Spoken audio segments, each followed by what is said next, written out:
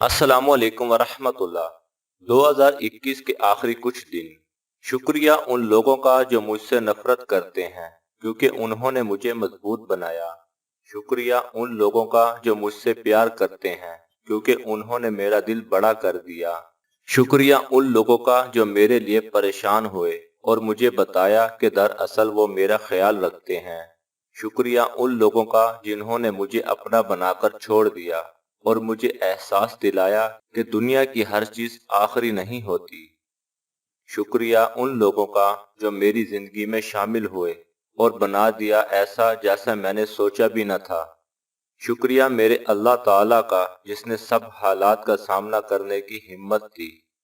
अल्लाह ताला हम सबको अच्छी बात समझने और उस पर अमल करने की तौफीक अता फरमाए। आमीन।